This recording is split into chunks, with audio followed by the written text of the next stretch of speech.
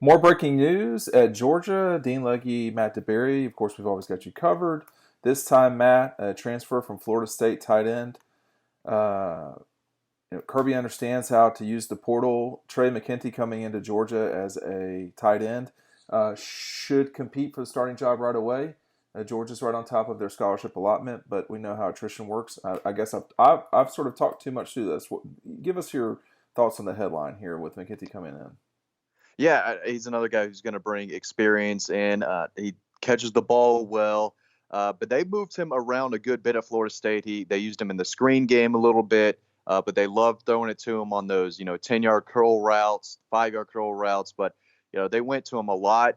When they needed to get a first down right in the middle of the field. So he's going to bring some more athleticism to the position. He's probably more athletic than the guys currently on the roster right now. Obviously, Darnell Washington is going to come in and compete for playing time. But, is John Fitzpatrick ready? Rylan Godey's coming off the injury. He redshirted last year. Brett Seether, I still think, look at more as a bigger wide receiver than an SEC tight end. So they need guys. I mean, Tre McKitty is about 6'5", pushing 250. He's another big kid who can catch the ball and bring more athleticism to the position, like I said earlier. So he's definitely a guy who I think is going to play early. I wasn't sure if Eli Wolf was the guy they brought in last year from the transfer portal. I wasn't sure how much he was going to play, and as we saw last year, he actually played a lot and played in important moments and in big games. So when they go and get these guys through the portal, Kirby wants these guys to come in and play. That's what they're doing. That's the whole point. So I definitely think McKitty's going to come in here and really push for a lot of playing time, especially if they keep running 2 tight end sets. I think you're going to see a lot of McKitty this fall. Well, they did that a lot under Jim Chaney, and then they did that a lot with Jim Chaney. But this year, it was still out there. But the tight ends were basically, they just weren't. They didn't matter. No one was scared of Charlie Warner. No one was scared of Eli Wolf. I mean, it took Charlie Warner 4 years to score a touchdown. Yeah. This is a guy that played in the Rose Bowl a lot and early in the Rose Bowl too, which is crazy thinking back on it now. But if you're Todd Hartley, you got to be excited. The tight end room just got a lot better with McKitty and Darnell Washington coming in. You've got some weapons, and they haven't necessarily had weapons. They've had guys they could throw to and maybe guys who can make an impact, but they weren't weapons. And I think McKitty could be a weapon if used properly. I mean, and obviously Darnell Washington is going to be a weapon the second he gets on campus. So, big news for Todd Hartley. He's got to be very, very excited today. Well, you're seeing now why Todd was brought in. I think this week, a year ago, I mean, you look at Todd, see the situation, you start talking about Darnell Washington. Now you got McKitty coming on the way. Obviously, Carson Beck. He was critical with those guys. If you want to add some other guys in there, you can. I mean, he has Jacksonville area. Yeah.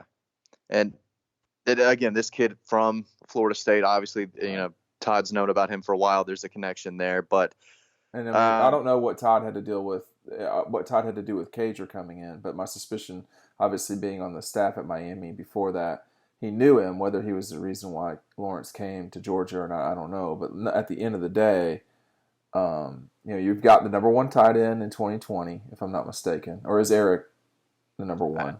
I mean, you can go back and forth with Darnell Washington and Eric Gilbert. Okay. They're both right there neck and neck. I mean, I've seen Eric Gilbert's really good, man. He is really good. I've seen Eric Gilbert for a long time, and he was the guy Georgia absolutely wanted. I saw Todd Hartley at Eric's spring game last year, almost coming up on a year now, I guess, 10 months or whatever. But they wanted to bring in a second tight end to go along with Darnell Washington. Couldn't get it done, I guess, if you want to say that, on the recruiting trail. Georgia was in the mix for pretty much every tight end in the country. They were able to get Darnell Washington, and that was it. So it was really important that they brought another guy in. And it looks like these could be the two who get the most playing time, at least the most targets. But again, if you play tight end at Georgia, you're going to have to know how to block. And I think McKitty knows how to block. He's been very, very useful in the pass game for Florida State. And I watched him a little bit. He can block. He can get the job done. But again, he's going up against SEC linemen now. And We'll see how well he can do. That's something that Charlie Warner did a nice job of, and something that Eli Wolf did a nice job of at times this year. Those guys weren't dominating blockers. Right. Maybe McKitty could be that and more. Darnell Washington has the size and strength to be able to do that, but at the end of the day, these guys catch passes. They're going to have to block, obviously, but I would say that these two are, could be weapons and important ones for Georgia this fall. Well, 23 catches in 2019 for McKitty, 26 in 2018. That's about 2 a game, not quite 2 a game. I mean, I don't know. Bad quarterback play. I mean, really bad. Yeah, no question.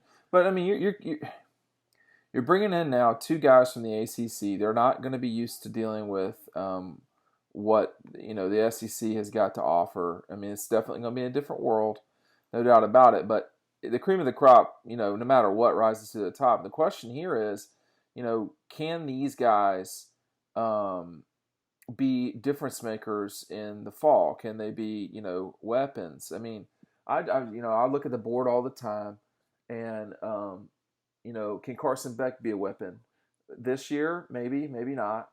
I keep wanting to say Chris Milton, Kendall Milton, Marcus Roseme, Burton, Smith, Robinson. The receivers look like for sure weapons. Same thing with Washington. You've got to keep Broderick, but Broderick, Ratledge, and Van Pran specifically, they look like weapons even though they're on the offensive line. Those 3 guys specifically. Carter on the defensive line, to me, for sure looks like a weapon. Mikhail Sherman, for sure, looks like a weapon. Kylie Ringo looks like a weapon. If I'm saying you're a weapon, your ability to play right now is what I'm saying. So Jalen Carter, how does he fit into next year on defensive line? Broderick Jones, if they sign him, where does he fit in? Same thing with Tate Ratledge. They're going to need a left tackle. Here with McKitty, I don't know if you're getting a weapon. I'm just being straight up. I don't know. Yeah. I don't know. I think he's probably more of a weapon than a John Fitzpatrick. I think that's right. The guys on the roster. But is he a game changer? Probably not. Is he serviceable? I think you could say that. But he does have experience.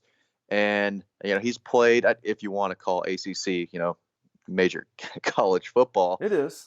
I mean, it's a little bit below the Atlantic, but the American Athletic Conference, but it is major college football. Yeah. So I don't think this guy is a huge game changer, and most players aren't. But He's a guy who they need. I think he's going to play, and I do think he is more of a weapon than the guys currently on the roster. So he and Darnell Washington, that's a pretty good combination coming into that tight end room for this fall. I'll tell you one thing. I'm just looking at Florida State's year, and I mean, they only became bowl eligible because of winning a game in double overtime in early September against Louisiana Monroe. Yeah, I mean, that's just bad football down there. And you do wonder, can guys make a transition and be difference makers in a way that they wouldn't have been at their other school? I don't know. We don't know. If anyone's saying, "Oh, this guy is going to be a killer," okay, well, then we'll see that in the fall. But it seems to me like this is another person that is being added to the stack of players that Georgia has. And it is at Georgia, it has been the sum of the parts over the time with Kirby there. I mean, they've had some outstanding players, Roquan, Nick, Sony, guys like that. But generally speaking, even Jake Fromm needed this. He was part of the sum of the parts. I think this is another sum of the parts player, but it's always about upgrading. And Matt, you think that he gives them more of a chance in the passing game than what they had with the other 3 guys on campus? There's no doubt. Again, I like the phrase killer. I don't know if Tre McKitty's a killer. He's going to have to prove that. Yeah, and I do think he'll be given an opportunity. I think he's a guy who could come in and is going to play. I don't think this kid's coming in to sit on the bench. That's not what you get from these transfers. If Eli Wolf came in and made an impact, especially, would you describe Eli Wolf as a killer? No, he's not a killer. I don't know if McKitty is, but it seems that McKitty has a little more athleticism to him, and he has more experience actually making a lot of plays. And I don't say a lot of plays, but catching 20-plus passes a game. Eli Wolf didn't do that at Tennessee. He came in and caught more passes at Georgia than he did at Tennessee. So we'll see if Georgia uses him more. than he was used in Tallahassee or not. But I do think this is a guy who is going to come in and push for playing time. Again, don't know if he's a killer, but he's serviceable. He can catch the ball. You could use him in the screen game, which Florida State tried to do a lot. And again, I don't know if he's some dominant run blocker. Probably not. But I think he should be able to get the job done. 6'5", 245. The size is there. He has some athleticism to him. He's not jumping over anyone. See, but here's my question. Not to focus on – I mean, I feel like, obviously that's the breaking news of the day with McKitty. But, right. But I just – when you look at the board, the bulk of your assets on offense now, or at least the receivers have changed. I mean, I think that's the most important thing to go on here is the receivers have changed, and just in terms of straight up speed. No doubt. They got size to go along with it in Roseme and Burton, who is big, but Justin Robinson with the 6'4". But Burton can fly and Aaron Smith Here's my question, though, man, is that when you've got, in theory, Blaylock back, but you got Pickens, Blaylock, Robertson, Roseme, Burton, Smith, and Robinson. We don't know yet which of those freshmen will be a big deal, though I have a suspicion that two of them could be very, very dangerous for Georgia. At what stage, if you're James Coley and Kirby, do you say, all right, now we got receivers? We got to the end of last year in November, we barely had receivers because guys were banged up. We didn't have Cager. Get to the championship game, Blaylock goes down. You roll into the Sugar Bowl, and it was basically the George Pickens show. At what stage do you say, okay, whoever it is on the other side, now you're going to have to deal with Pickens, but you also have to worry about Burton. Smith could be in the slot. Why would you over? I mean, your personnel has to match. What you do on offense has to match your personnel. In other words, if you have better receivers, obviously you're going to throw the ball more. Right. At what stage do they look at this board and say, well, we have better tight ends than we had last year, but our receivers should be so much better. Why don't we just start focusing more on the receivers in the passing game? I mean, this is still going to be a run for first Georgia team. You still have Zamir, Kenny, and Milton coming in. Those are really good backs. I mean, James Cook's not bad either, and he is utilized in the pass game. It seems to me, man, this could be a very different offense in terms of explosion is what I'm trying to get at the end of the day here. Well, especially at tight end, but at receiver, it's a very talented group, but it's going to be really young. These freshmen are, I think, are going to push for playing time, but they're still freshmen. That shit does not matter at receiver.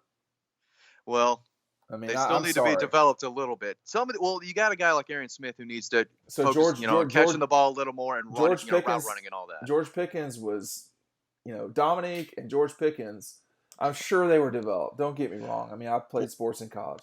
But I do think Georgia needs a second wide receiver to step up. Well, that's the question: is who is that person? Is it Darnell? Is it Burton? Is it Roseme? Is it Smith? Is it Robertson? Is it Pickens who could be back? Is Matt Landers going to make a jump that he? Well, it could be Blaylock. With a healthy Blaylock, could be your number two. But so then you get into a situation where Georgia this past year, there was really no threat from the tight ends. Not really.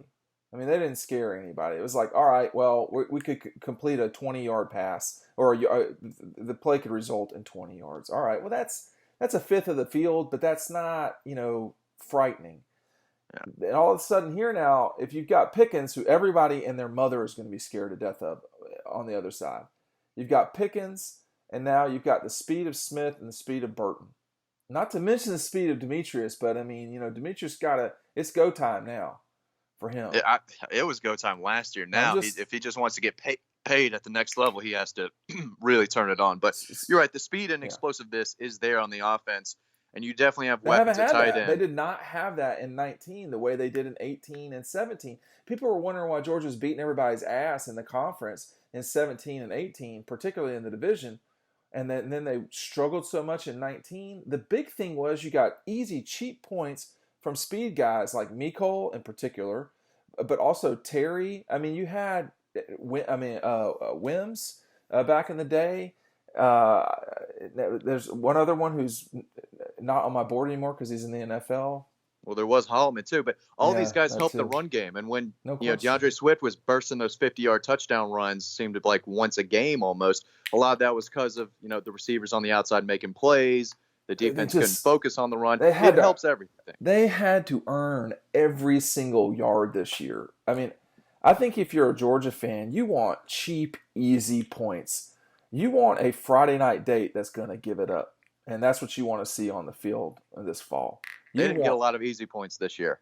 huh? Not at all. They didn't get a lot of easy No, points this year at all. just didn't Yeah. happen. I mean, they were having to earn it all the way. And that's not what that's not what you want on offense. I mean, whereas on the defensive side of the ball, They're just reloading now. I mean, but bro, how many explosive plays do you recall?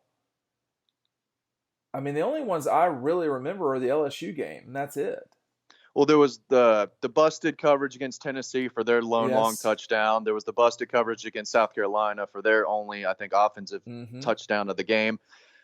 But those were really the only two big ones, like you said, all year, where it was busted coverage, boom, And 60 yards like that. You can survive one, play like that. I mean, the defense was not the reason they lost the South Carolina game. Obviously. No. So you can survive that once a game. I mean, this is the SEC. People are going to make plays. But Georgia, what they did in 2019, just in a paragraph, they didn't have cheap, easy points the entire season. They struggled their way through most of the year on the offensive side of the ball, certainly from the Carolina game on. They still finished, and I'm projecting here, as the number 4 team in the country. What's it going to be like when they have explosion? My suspicion is when they have explosion is that they very well could be the favorite to win the conference. Now, everybody's going to say, well, Alabama or LSU or the Gators. Look, I got to see the Gators beat Georgia at this point. And I think Georgia should still probably have a better defense going into next season than those two. So, again, if Georgia can add a little bit more explosion and consistency on offense, it really could be another special year next year. And a lot of it has to do with these new freshmen and a lot of these transfers that they've been getting the past few days. They've gotten their ass whipped by exactly one program in the last 2 years, and that was LSU twice. All the other games they played, whether you're talking about Texas or Alabama or the South Carolina game, those are all one-score games at the end of the game. And, the thing that LSU has had the entire time, and Clemson has this, and Alabama has had this, is explosion. Ohio State. Georgia is more methodical, but I really loved Mecole Hardman. I loved him scoring points quick and easy and cheap. Same thing with Terry. I mean, you want a guy who's going to take it 40 yards, no problem. They didn't have that this year. And the question is, with guys like McKitty, I mean, if you're listening to this all the way this deep into the thing, we think, hey, McKitty might not be an explosion guy. He might just be a guy who's a sum of the parts guy. But it helps to have to defend the tight end so that your explosion guys can get rolling. And we're just going to see what these running backs are going to be like when they have one fewer guy in the box. So, Matt, final comments here? I think it was an important piece to add. I'll say that. And he was one of the top, tight ends in the transfer portal. So they went out, they needed a second tight end, and they got one of the best through the portal.